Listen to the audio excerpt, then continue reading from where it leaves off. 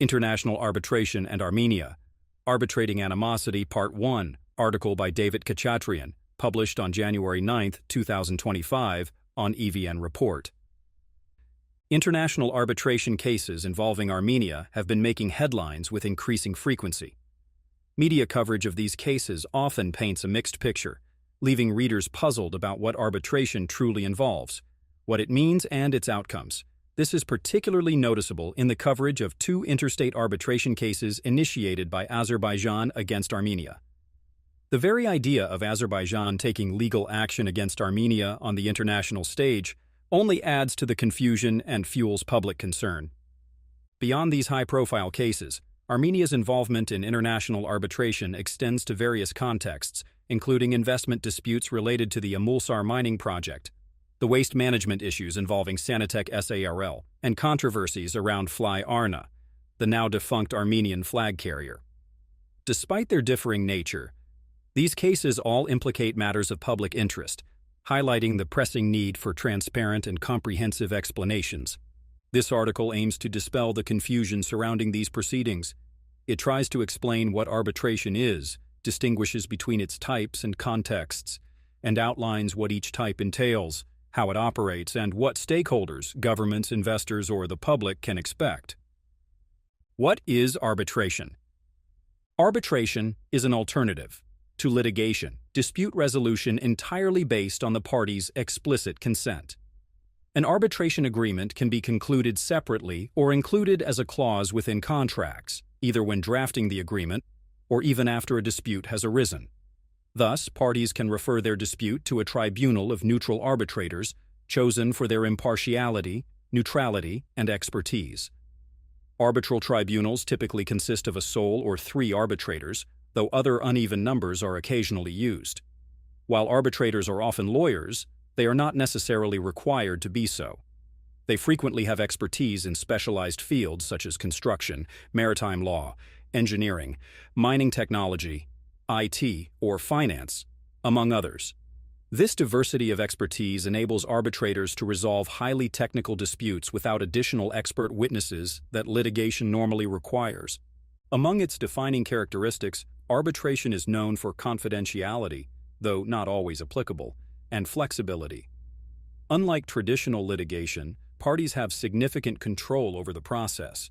They can select arbitrators, agree on the procedural rules and the place of arbitration, and even choose the substantive law that will govern their dispute. This adaptability makes arbitration especially appealing for resolving complex and cross-border cases. Another major feature of arbitration is the enforceability of its awards, which is often smoother and more straightforward compared to court judgments.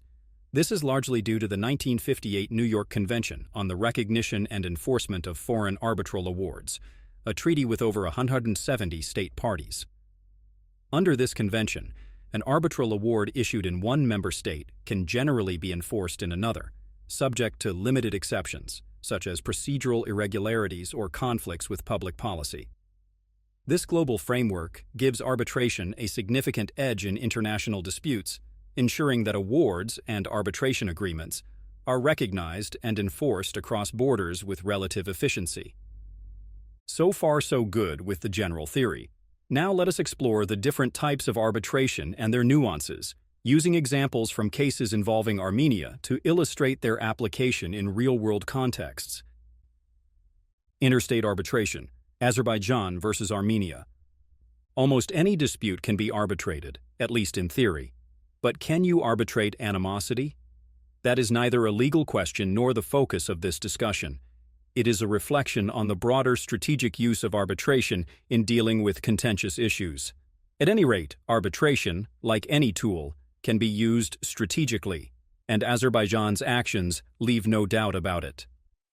On January 18, 2023, Azerbaijan initiated arbitration proceedings against Armenia under the Convention on the Conservation of European Wildlife and Natural Habitats, Berne Convention. This is the first interstate arbitration under the convention. Azerbaijan alleges that Armenia caused environmental destruction and biodiversity loss in Nagorno-Karabakh from 1994 to 2020 and demands full reparation for the alleged damage. The Berne Convention, to which both Azerbaijan and Armenia are parties, aims to conserve wild flora and fauna and their natural habitats while fostering international cooperation for species and habitats that require cross-border conservation efforts. It aims to protect endangered and vulnerable species, urging contracting parties to adopt necessary legislative and administrative measures to safeguard these ecosystems. Under Article 18.1 of the Convention, the treaty encourages its members to resolve disputes amicably through negotiations. If those efforts fail, Article 18.2 allows one party to bring a dispute to an arbitral tribunal. Armenia and Azerbaijan conceded to this arbitration mechanism by signing the convention, which is an absolute precondition for dispute resolution through arbitration. Arbitral proceedings typically, not necessarily, unfold in two main stages: the jurisdictional and merits phases. The jurisdictional phase focuses on whether the tribunal has the authority to hear the case, examining issues like the validity of the arbitration agreement, the scope of consent, and whether the dispute falls within the treaty or contract's provisions. The merits phase, on the other hand, deals with the substantive issues of the dispute, determining whether there has been a breach, and if so, the appropriate remedies. In this case, Armenia, as the respondent, is expected to argue that the tribunal does not have the authority to hear the case because the convention requires the parties to negotiate first, which never happened. This could stop the arbitration from moving forward.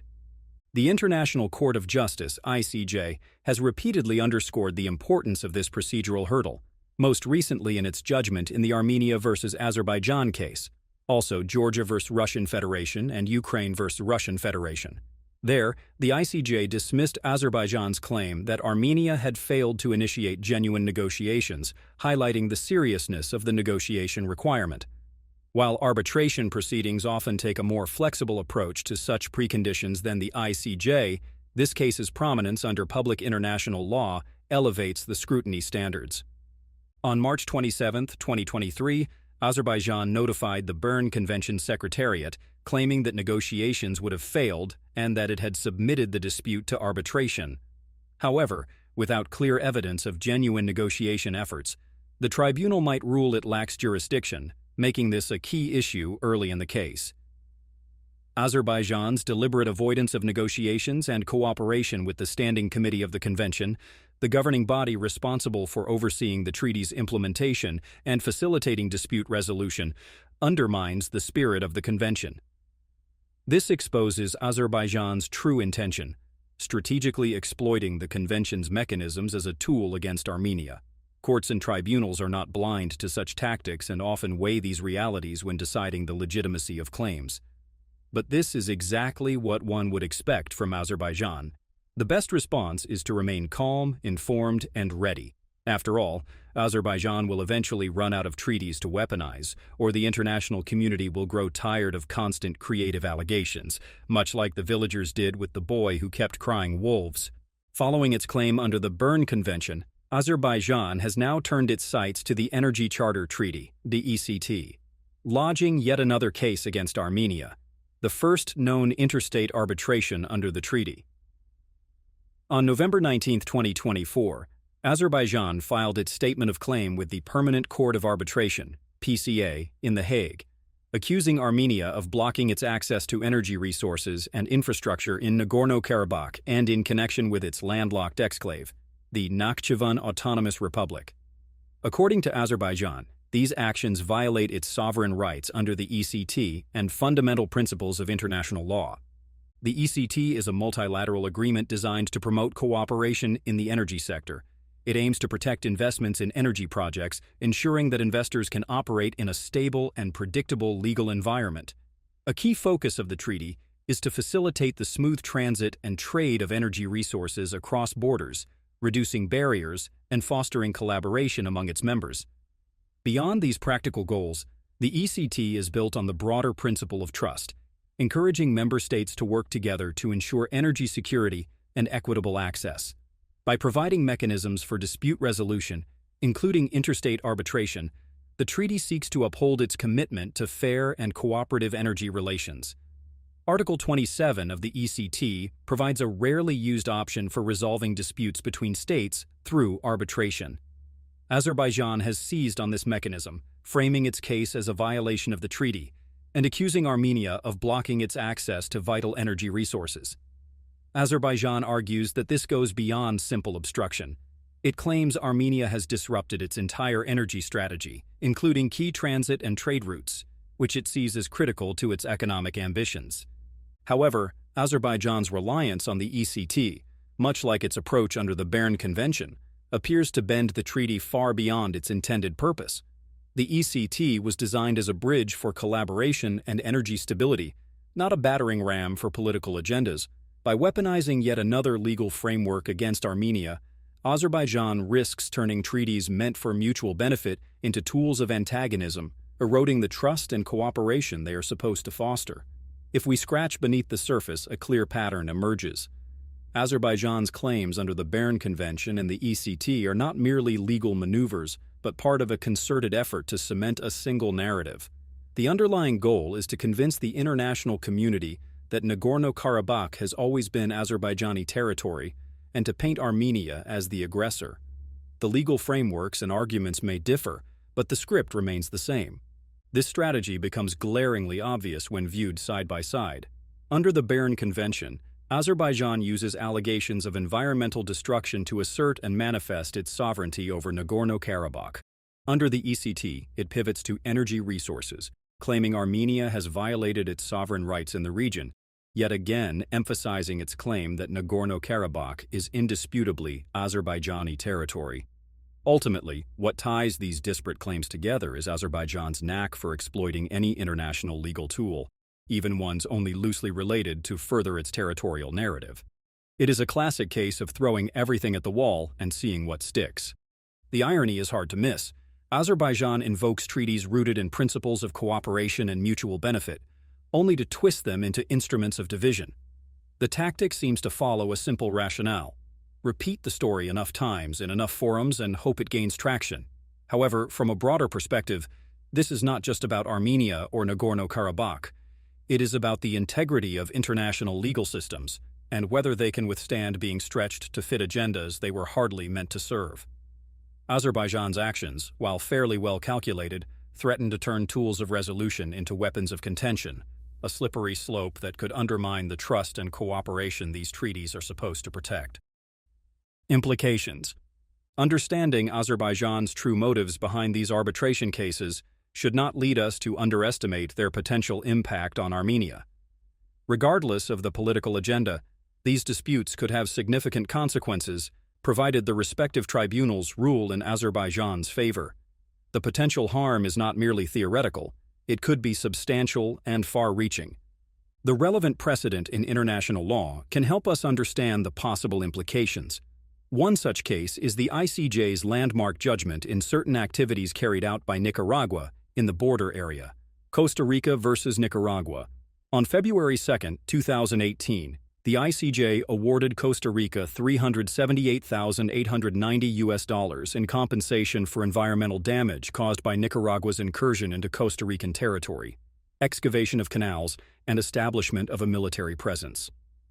While this amount was only 5% of Costa Rica's original claim, the ICJ's decision was groundbreaking, confirming that under international law, environmental damage, including the loss of ecological goods and services, is compensable. The court explicitly rejected the argument that uncertainty about how to monetize such damages should preclude compensation. This case parallels Azerbaijan's claim under the Berne Convention in certain respects. In both instances, allegations of environmental damage are intertwined with a broader legal and factual background. Nicaragua's actions were tied to a territorial incursion and occupation, just as Azerbaijan's claim hinges on its assertion of occupation and control of Nagorno-Karabakh by Armenia. While the ICJ's judgment attracted both praise and criticism for its failure to fully incorporate advancements in ecological science, it sends a clear message: environmental damages, even in complex contexts, can translate into monetary compensation. Turning to Azerbaijan's claim under the ECT, relevant case law is harder to pinpoint. However, the ICJ's ruling in armed activities on the territory of the Congo, Democratic Republic of the Congo versus Uganda, offers some context. In that case, the court awarded the Democratic Republic of the Congo $60 million US in compensation for natural resource damages, including looting and exploitation, during Uganda's occupation of Congolese territory. While this case offers valuable lessons, it is quite different from Azerbaijan's ECT claim.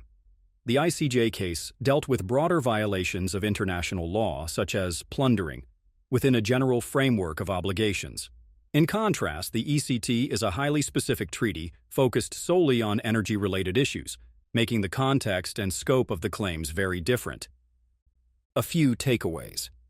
Armenia must approach these challenges with vigilance and thorough preparation.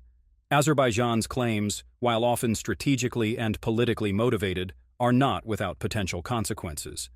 The risk extends beyond monetary damages to include geopolitical implications that could affect Armenia's standing on the international stage. Addressing such claims effectively requires strong legal expertise, a deep understanding of the political dynamics, and the ability to anticipate potential fallout. It is not just about responding to immediate challenges, but also about understanding the larger implications these cases can have on a country's economy, reputation, and ability to face similar tactics in international relations. International disputes of this nature test a nation's legal acumen, institutional resilience, and capacity to navigate complex legal and political waters. For Armenia, this means strengthening its legal teams, ensuring a well-coordinated strategy across government entities, and actively engaging with international stakeholders to prevent such disputes from escalating further. The larger lesson here is that disputes like these are not isolated events. Each case not only challenges the specifics of a claim, but also contributes to shaping perceptions of Armenia's governance, investment climate, and institutional reliability. The broader state policies and strategies employed in such disputes can be understood as a form of lawfare, the strategic use of legal systems and mechanisms to achieve political or military goals. Azerbaijan's approach exemplifies this, with its comprehensive legal actions, including international arbitration and its moves before the ICJ, a topic this author has previously explored in detail. This brings us to another critical aspect of Armenia's engagement with international arbitration: investment arbitration. Unlike interstate disputes, investment arbitration focuses squarely on the relationship between foreign investors and host states. In recent years, Armenia has found itself increasingly in the spotlight of such cases, with high-stakes disputes capturing media attention and public interest alike. The following part of this article will delve into Armenia's experiences with investment arbitration, exploring how this field operates, its implications, and what recent cases mean for the country's legal and economic landscape.